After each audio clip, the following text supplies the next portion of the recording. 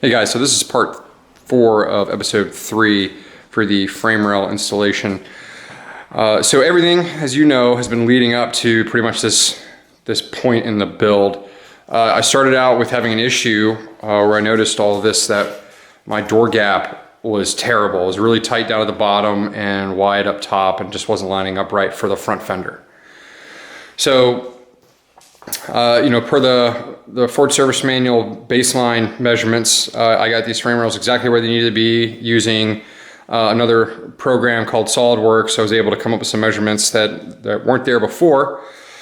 So my plan for this part is to get these back on and in position and hang the actual fenders on them and then see how I look for my gap. So this is going to be a lot of fitting and adjusting and whatnot to get them where they need to be. But if everything's right, I've got a good feeling that my door gap reveal to my fender is going to be where it should be. So enough of that. Let's get started.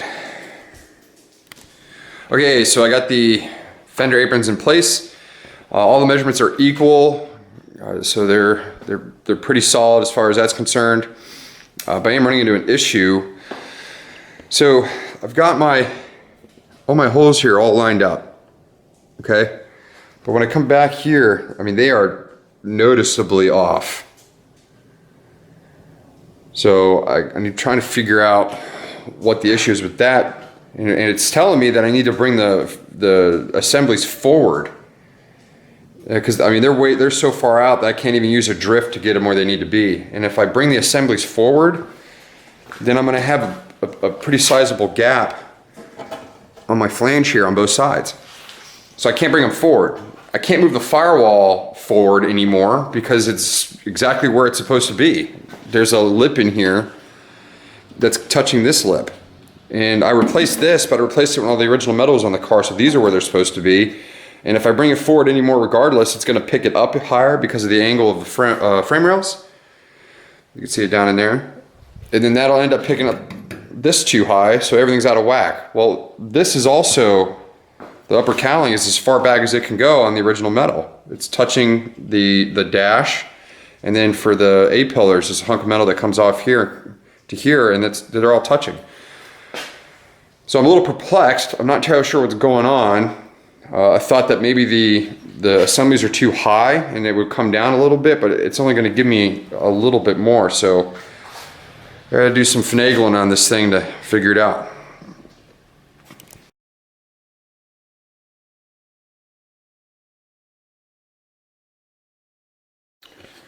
Alright guys, so I'm sorry about how long it took to get this video out. I did run into some issues. So long story short, my export brace was not made very well.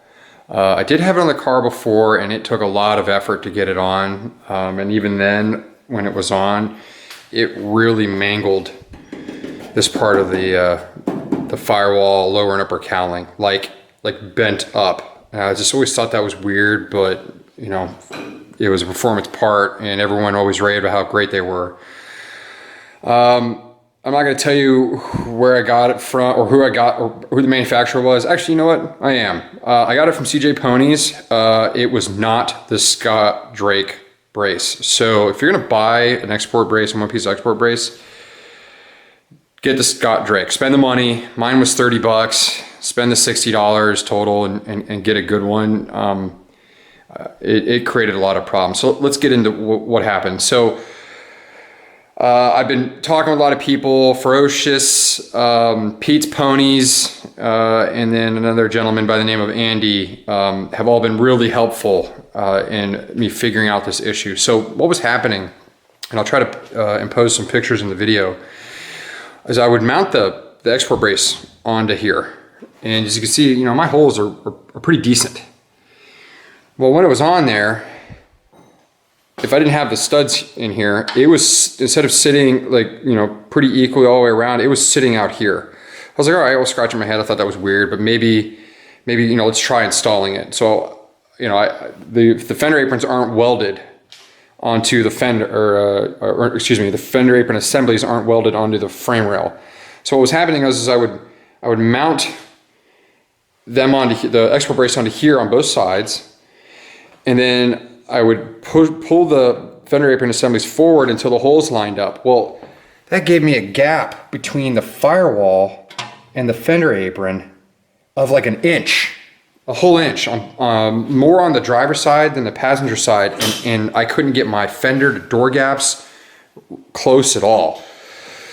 So, I'm sitting there scratching my head. I was like, it doesn't make any sense. Everyone always raves about how great these things are. So I started the basics, working with the three gentlemen online and sending emails back and forth. And we all agreed that my cowling needed to be perfect, as well as the firewall. So I'll start with the cowling. I put my laser level, centered it to the car, my vertical line, and then I saw the cowling so it was just centered perfectly right here. Because, visually, that's, the center of the car. So that's where I put that. And then I clamped here, here, and here. So it is as far back as it can go. And then I pulled a measurement from here to here, and then I did the same from here to here, okay? And I'll grab my tape, show you that. So you see how I follow the line of the cowling, parallel it, right? So I got, sorry. There we go. So 11 1/4. Okay? Actually, I measured on the wrong side. There we go. I got 11 inches, okay? Because it's not a straight surface that I'm measuring from, I have to measure on the inside on both sides in order to get an equal measurement. Okay? And then same spot, measured here, parallel the line, and I get 11. Okay, so what does that mean? That means the cowling is sitting square in its spot and it's centered. Okay, so then I clamped it. Clamped it here, here, and then there's clamps on the side cowlings on both sides. They're just hidden. Maybe we can see. Yeah, you can see it. Let me get a pen light.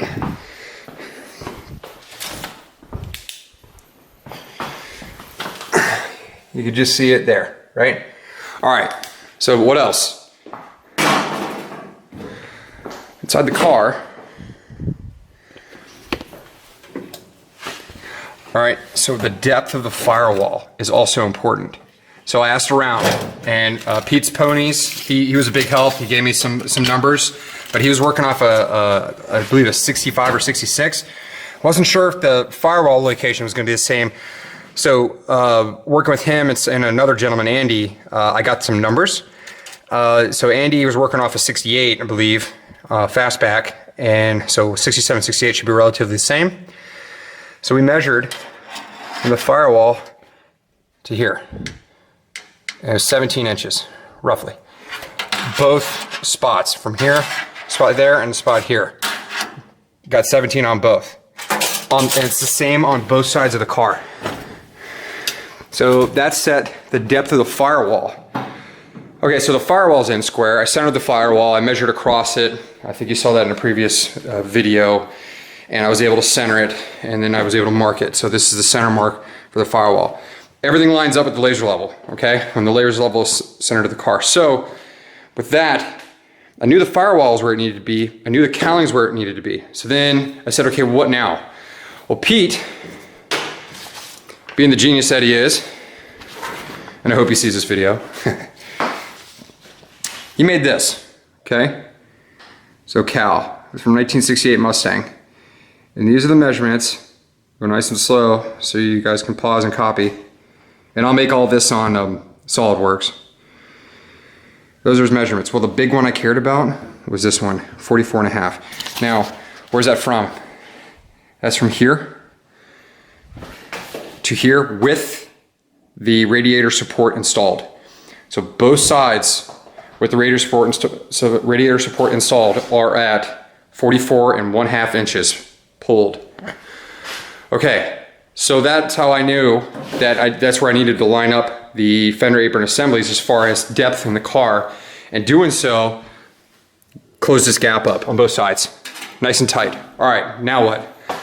So in order to get the height correct, the Ford service manual says 20 inches from the back upper control arm hole. Well, if I set that to 20 inches above the baseline measurement on the Ford service manual, my towers are sitting like an inch too high. So I went ahead and did it off the front. Now I know I've got a bar coming through here. That's a ½ inch thick. So if I try to center that, I just subtract a quarter, right? So with my measurement, excuse me, I will add a ¼ inch because that'll get me to the center. So I do 20 1/4 and I drop it down to here with the tape measure, and I'm looking for 20 1/4, and on both sides of this I have it set where my laser level, when it's set to the baseline of the car, is 20 1/4. So these are equal height. Okay, well, last thing, knowing that since these were separated from the actual frame rails, I had to figure out the rest of the pitch. So I got the height correct here, so I needed to figure out what to do with it here. So that was how far to pick this up. So I installed the fender, and a buddy came over and helped me, and we had the doors closed, and they're relatively where they need to be. And keep in mind, this is all adjustable, but you want it to be really close to make adjusting it a lot easier. And we picked up the front until the door gap reveal looked great. Now I know this looks off, but it's just because the fender's just isn't bolted on completely. But when it's pushed in place, it looks pretty good. So like that. And the reveal is decent enough that I know I can adjust it when I need to. All right, so that all sounds good and all. So my buddy that came over to help me has a 68 Fastback that's been untouched, and we confirmed all the measurements. So the frame rails, all the measuring I did before, the tram gauge, we copied. They line right up with where his are. So those measurements are good for a 67 and 68. All right, so what's next? So now the front's squared away. Oh, and by the way, between these bolts, these are the hood hinge bolts, between here and here is 40 inches. So when you have your laser level centered to the car, you want to pull 20 inches from each direction, and then you know your spacing's good for the back of the fender aprons. And then what I did is I ran some more all thread. There's a plug that goes in here. Popped those out, ran the all thread through when it was at 20 inches, so it kind of just locks everything in place. And then when it comes time to actually finishing everything up, I have this guy will attach here and just pull it just over, it's roughly 1/8 of an inch, and that'll center everything, and then I can weld these to the firewall. I can't do it yet because remember, I'm doing that upgrade down there. I don't want the firewall in just yet, and we're also doing a fastback conversion, so it's gonna be a little bit before I do that. All right, anyway, so what's next? I gotta finish welding these guys in. Now that I know everything's at where everything is supposed to be. So we're gonna get started on that. Okay, so now we're working on welding the rest of the floor support to the frame rail, right? Okay, so a lot of you probably noticed that the frame rail is solid all the way around. This side here comes around, and then there's a slit that runs a length, meaning that this can adjust in and out, right? And you can just see it run the length there. So it can be kind of a pain to get, you know, especially if you don't have the right clamps, to get the frame rail to sit up and flush against the floor support. So what I did is I went to Home Depot or Lowe's or wherever your favorite store is and picked up a piece of an all thread bolt and then a bolt itself to go in the all thread. And what this does is I can, with 2 wrenches, I can move this in and out, and it'll push, as you can see I've already done it down there, it'll push those 2 tabs off the frame rail up against the actual floor support, so you have a nice flush fitting piece. Because with welding, you know, you don't want gaps because oxygen gets in there and it ruins the weld, weakens it. You want nice fitting pieces, and this was the one way I figured to do it. So as I move along and I go down through here, I'll be moving these with it, tightening them, getting everything nice and tight, and then and hopefully we've got nice, clean, and solid, strong welds. So that's how I'm doing that. And we're welded in place. So both sides, both frame rails and floor supports are now welded together. And that's going to be it for this episode. a little bit shorter than most. If you have any questions on measurements, don't hesitate to ask. Again, the important ones for the whole front of this car was making sure that these were spaced correctly at 27.5 to 27 5/8, and you know that it's all square.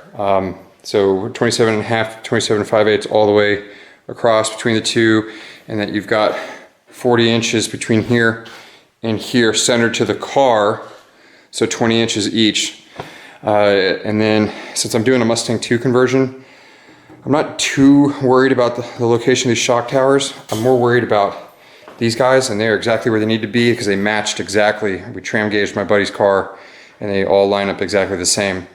And that was, we measured off of the hole, the bigger hole just rear of the rear torque box on the frame rail, all the way up front to the elongated hole here underneath here. So, and that was the same on both sides.